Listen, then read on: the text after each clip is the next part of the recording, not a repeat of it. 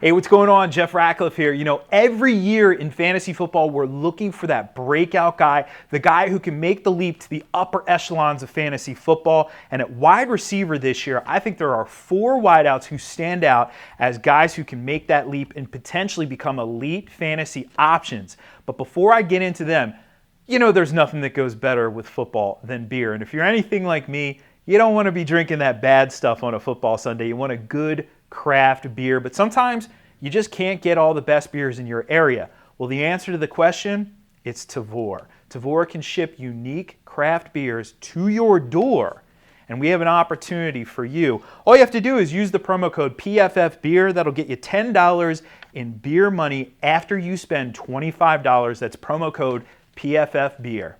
All right, let's get into these wide receivers, and I think the obvious answer here, if we're looking at breakout wideouts in 2019, it's JuJu Smith-Schuster. Now, technically speaking, did he already break out last year? Yes. Okay, so don't at me on Twitter. I get it. But he was the number 8 fantasy wide receiver, so that's not actually elite. With Antonio Brown out of the mix, JuJu is poised to take yet another step forward here in his 3rd professional season.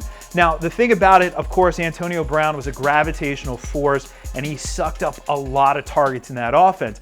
I don't think Juju's going to take all of those targets. Well, that would be pretty much impossible because he'd be at about 50% target share, which is, it's off the charts. It's unbelievable. Last year he was at 25%. If we bumped him up to say 27, 28, 29%, which is a reasonable bump for Juju, he could make that leap up into say top 5, top 4 territory. He's right there. He's primed for yet another step forward here. And now he has all the opportunity in the world without Antonio Brown in Pittsburgh.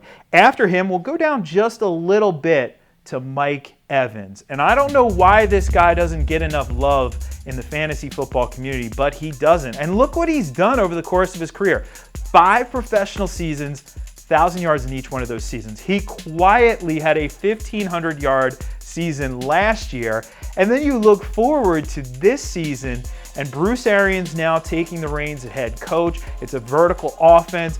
Hopefully, we see Jameis Winston take another step forward this year. And of course, Winston has eyes for Evans as a downfield target, as a red zone target, as a true number 1 alpha on that team.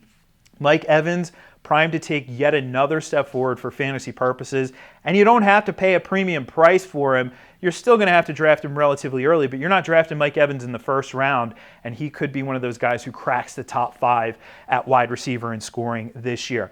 Now let's go a little bit further down, and I got to give you Amari Cooper. Now, this one, if you talked to me at this time last year, I would have never said Amari Cooper. We know he was coming off a massive disappointing season in 2017. And then last year for, well, the first 6 weeks of the season, he was heading down the same exact path. After that span of time, he was 55th among wide receivers in fantasy scoring. But of course, a little change of scenery did a body good for Amari Cooper. He goes to Dallas and lights it up over his final 9 games of the season. He was a top 10 fantasy receiver there. He just absolutely flourished in that offense. The one knock on the offense, though, ultimately for Cooper's fantasy value is we know it is a run-heavy offense. There's not a ton of meat on the bone. I'd love to see him in a more pass-heavy offense, but still, what we saw last year, the fact that he's still very young, he is prime, Amari Cooper primed for a breakout, take another step forward this year, and really pick up right where he left off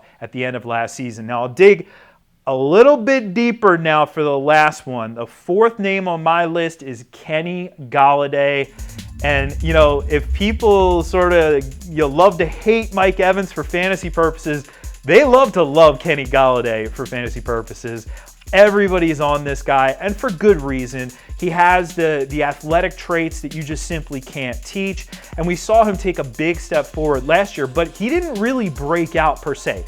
He flashed at times, but ultimately at the end of the season, Kenny Golladay was the number 22 fantasy receiver.